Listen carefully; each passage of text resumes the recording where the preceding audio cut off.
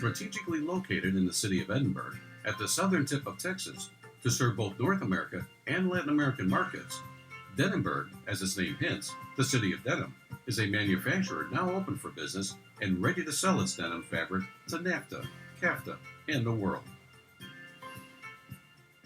Currently, the company operates within an area of 33 acres in a 280,000 square foot facility with the most advanced automated technology available in the textile industry today, making this facility the most modern North American textile mill.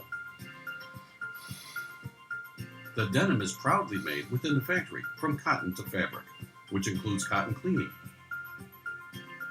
spinning, indigo dyeing, sizing, weaving, finishing processes, and packaging.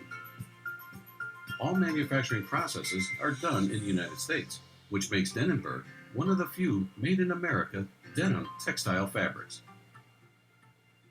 Edinburg is a corporately social responsible company that prides itself with preserving our environment.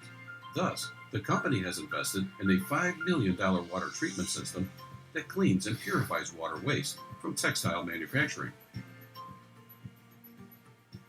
The company's most valuable resource is their employees, and that's why they value and listen to concerns or feedback they may have.